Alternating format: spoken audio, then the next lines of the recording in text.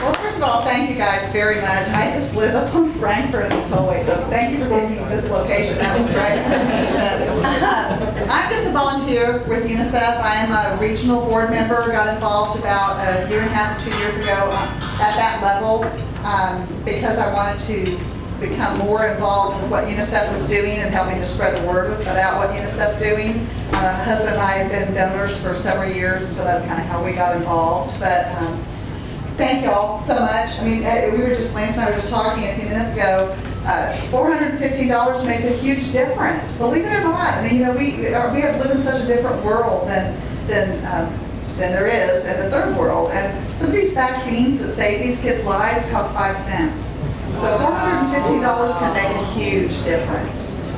It costs $40 to give a child clean water for about a month and a half. Wow. I mean, so it's just, it really is possible to make a huge difference in these kids' lives.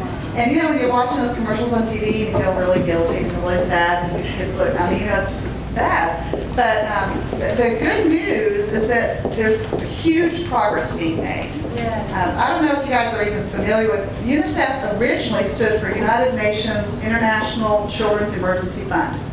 Kind of just stands for UNICEF now, but it was started right after World War II, and the whole point was to reach out to the children in Europe who were affected by the war. And it's kind of continued to be an organization that tries to reach children around the world, and therefore their families, but they're specifically designed programs to reach children, and of course it affects their families.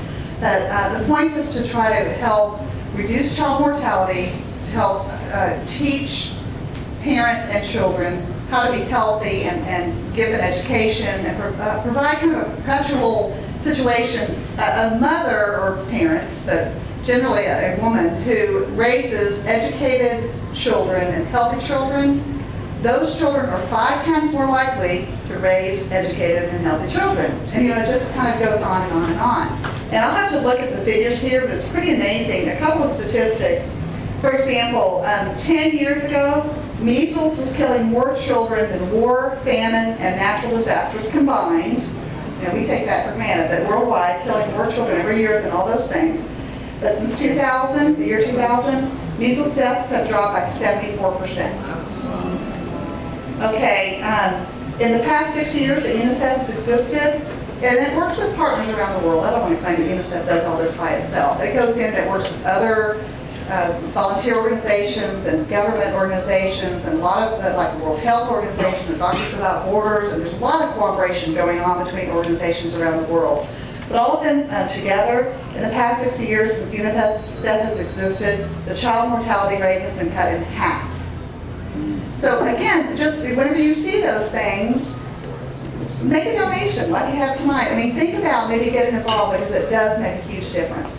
Another really interesting statistic is 21,000 children die every single day for preventable causes. So it's like, I don't know how much American Airlines, how much does AA Center hold? About 20,000 people, somewhere around that.